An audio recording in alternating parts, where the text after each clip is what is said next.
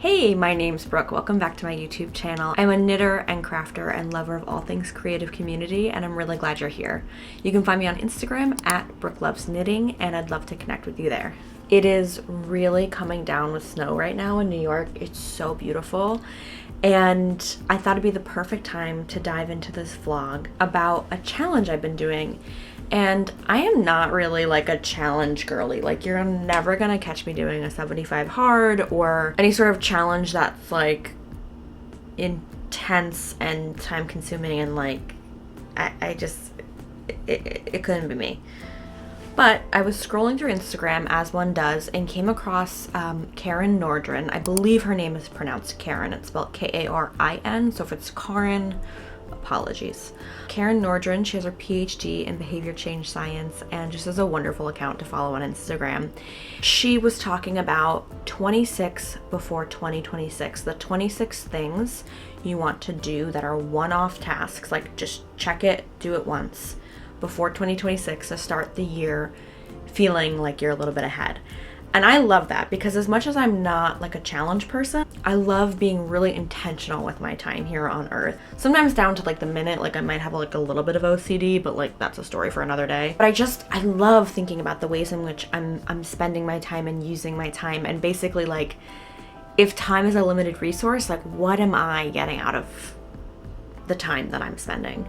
So personally, I started this challenge in November, and I wanted a month of doing it and thinking about it and filming it before I came on here and shared it with you guys, so I could let you know how it's going and what my recommendations are. I sat down at the beginning of November and wrote down the 26 things I wanted to accomplish or experience before 2026 started.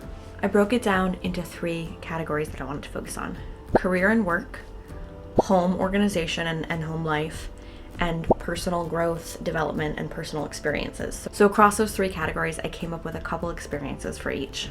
In the video, I'll go into exactly what my list is, where I'm at in that list, and how it's going. But the core piece that the creator, Karin, talks about is making sure it's things that you do once. So it's not like, I want to go to the gym every day before January, or I want to read 5 pages of a book a night and have like 26 tasks like that. It's more so things you do once.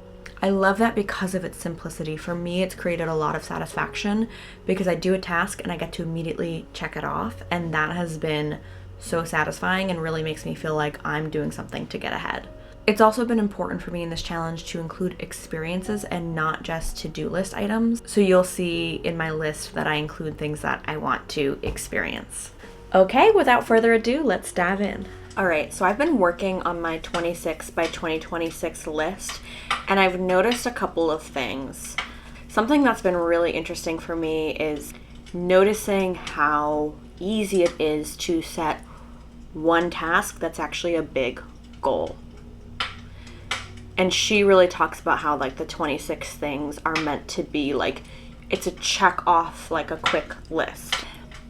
This is Diet Pepsi Cherry, by the way. Can't recommend enough. But she really talks about how important it is to be realistic in what you're setting and making sure it's something you can like check off the list, and how she gave an example of how like going to the dentist for her meant that she actually had to like find a new dentist that would accept her insurance and like call that dentist and find a day in her calendar that worked. It was like 5 separate tasks, right? So I've been reevaluating my list and realizing how many of these tasks actually have many subtasks. Like clean out my car, for example. In order for me to clean out my car, I have to donate things that I've been piling in my car that need to go to like the donation center. So I think I want to revisit this list and reorganize it and clean it up a little bit, make it a little bit more realistic, and take off some things that no longer feel like a priority to me. So I'm gonna do that here in my journal while I've got the crackling fireplace on. I've got my nice beverage, and what you can't see is that I have a heated blanket on me because it's like 35 degrees out today. It's just so cold. So I'm gonna get cozy and revisit that list for a little while.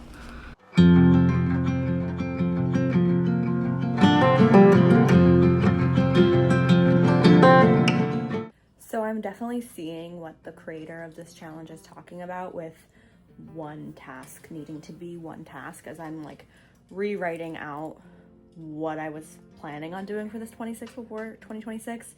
Like I wrote develop cameras. I have some disposable cameras from my 30th birthday that I want to get developed. My 30th birthday was in May. It's November, like it's time. But I got a couple of them developed at CVS, and I was really unhappy with how long it took them to get back to me. And I brought 3 there, and I got them back like 4 months later. It was really weird and like in a staggered way. So it's like this task is really like find a new place to get cameras developed. It's not necessarily like I actually just need to research like where to drop them off, more than like dropping them off isn't really the task. It's like that's gonna be easy once I know where I'm gonna bring them. It's more so I just need to decide where I'm going. I'm gonna rewrite these out and see where the journey takes me. I am not confident you can read my chicken scratch here, but basically I took my original list and divided it up into 3 categories of career and work, home life, and growth and self-care in terms of the 26. This really feels a little bit more streamlined now, so I'm gonna put this up on the whiteboard. Ta-da! Okay, so I've transferred them from my journal to here, and I had these written down before, but I realized when I did them about 2 weeks ago at the beginning of November, my goals and priorities had changed. So what I've realized is the creator of this challenge, she talks about how it's really helpful to have these be tasks that are like a one and done. But how often is a goal or a task have many parts to it? Like bake Christmas cookies, great. Well, that means I have to research recipes, get the ingredients, figure out where I'm doing it. Like, am I doing it at my house, my mom's house, my boyfriend's house? And what's the end result of that? Am I gifting them? Do I want to keep them for myself? Like, what's the goal of making these Christmas cookies? When am I going to do that, right? There are some tasks on here that I really tried to simplify. However, some of these tasks do have subtasks to them. I would say a lot of them do. Donating what's in my car, that has a lot of subtasks to it. So while I tried to keep it as simple as possible, I also tried to be mindful of what's worth it enough for me that I want to get done before 2026 starts, so I can feel ahead that I was willing for it to have multiple steps in order for me to cross it off. Now, this has been a really helpful guideline for me to just feel like there's 2 months before the beginning of the year, really a month and a half, and I feel confident that I'm going to start 2026 feeling a little bit like there's a step ahead for me. I'm trying to get my physical space completely organized before I have a big life transition in January of going back to school. And I've lived in this apartment for 2 years. I'm going into my 3rd year. I love it here. But as happens when you live somewhere for a while, you accumulate a bunch of junk. And so I've decluttered my bathroom, I've decluttered my beauty products, I've decluttered my closet. Today is the bedroom. My bedroom is also my living room, because this is like kind of a studio apartment. Like, there is technically a separation between the bedroom and the kitchen, but it's like these French doors. It's not like it's not like really that separate. That's what we're doing today on my 26 before 2026 list, is organizing. I mean, I basically wrote I basically have like a category of like organizing my physical space, and today is the bedroom, which means like washing my sheets, going through my books, going through my knitting supplies, like going through the stuff I keep under my bed, like anything that exists in this room behind me is gonna get organized. So fully transparent with you, this is what it looks like now. So this is my living room side. Pretty messy, pretty cluttered. Lots of plants, lots of filming equipment, lots of knitting equipment. My bed, which I normally make my bed every day. It's just I'm about to wash the sheets, so I left it this way. And it's just kind of a little bit random. Now, this space I actually organized all of yesterday because I had this in a separate category of beauty products. But I'm thinking I might move this mirror into my walk-in closet just to, again, simplify. So the goal is to have a space that's going to be really easy to get ready in the morning, jet off to school, come home, unpack, and just stay organized while I'm in school. Do I have any chance that it's going to stay 100% perfect while I'm in school for the next 2 years? Of course not. I'm a human being. But I want to know I'm at least like starting on an even playing field.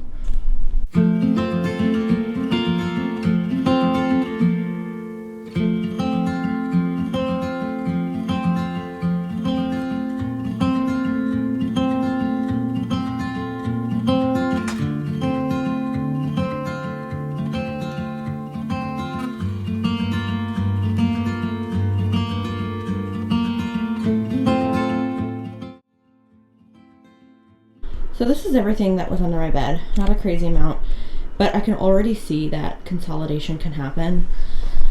Like, this is all like spring clothes that I had already put away, but I have a suitcase full of spring clothes in my closet, so this doesn't need to exist. This is winter clothes I forgot I had, so we'll go through that. And then like travel accessories, so I can definitely minimize some of that. It's just crazy, like out of sight, out of mind. I forgot I owned a lot of these things, which makes me think I can probably get rid of a lot of them.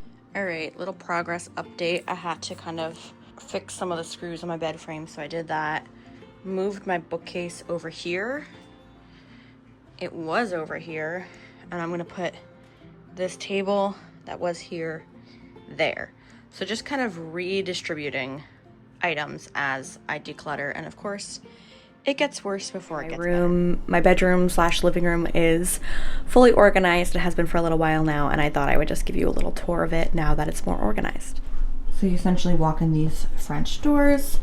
We've got my bed here, and I ended up moving my bookshelf to this wall, which I really enjoy because I just feel like it anchors the space, and it also acts like a nightstand on this side. I have some books I'm reaching for here and my supplements, things like that.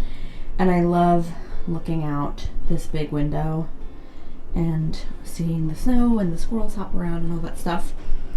In this corner is my vanity, and I went through every single beauty product I have, and now it's all completely organized by use case, and I'm a bit of a collector of things, so it's really nice to just be able to fully see everything and know where everything is, and just feel like my getting ready station is organized and doesn't have any more products I won't be using and things like that. So then circling around to the living room, which has now been decorated for the holidays.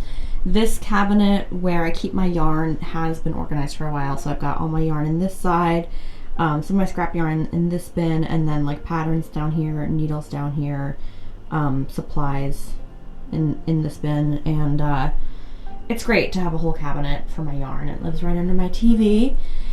And this is my favorite chair to knit in, and this is my current whip over here. Actually, I'm casting off the ribbing right now for the step-by-step sweater, so more on that later.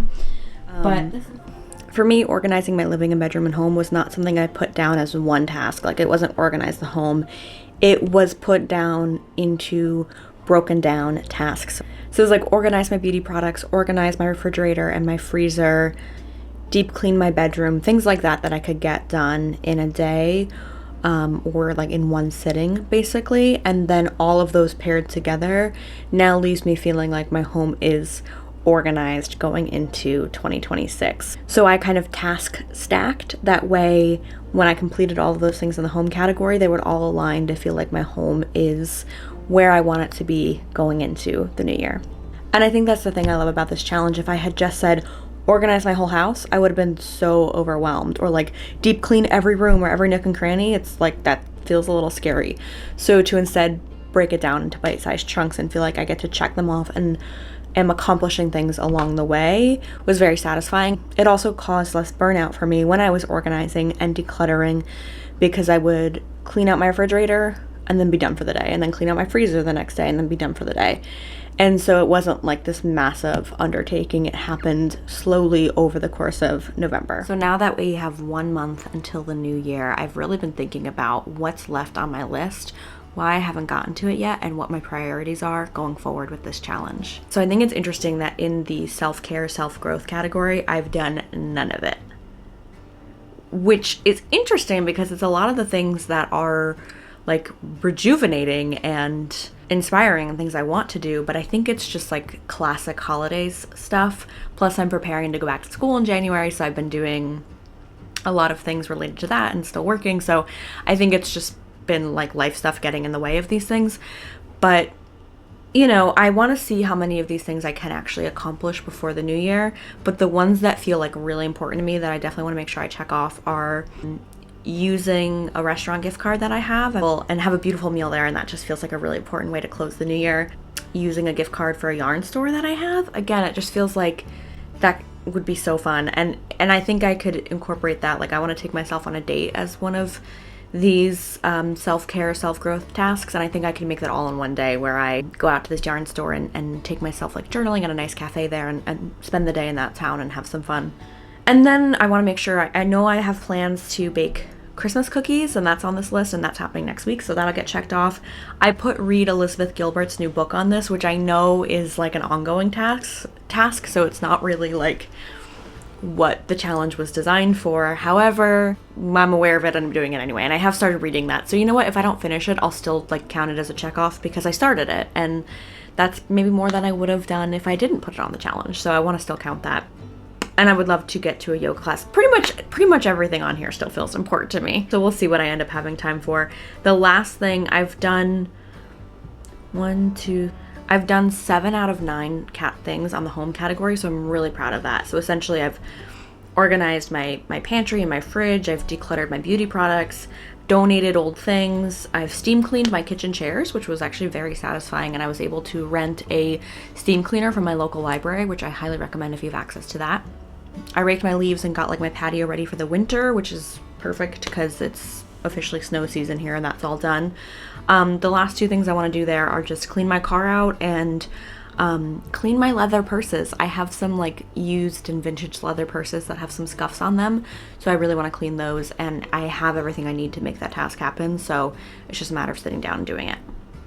And that's the other thing about this challenge, is it's really looking at what are the barriers to getting that task done. And for me, it's like, okay, I just needed to make sure I had leather cleaner to do that. But there are some other tasks where you might need some more supplies or some more preparation in order to do that one task. And it's worth thinking about that, what you need to prepare in order to do this challenge. For career and work, I've done 1 of the 8 things I had on the list. So that's, again, interesting.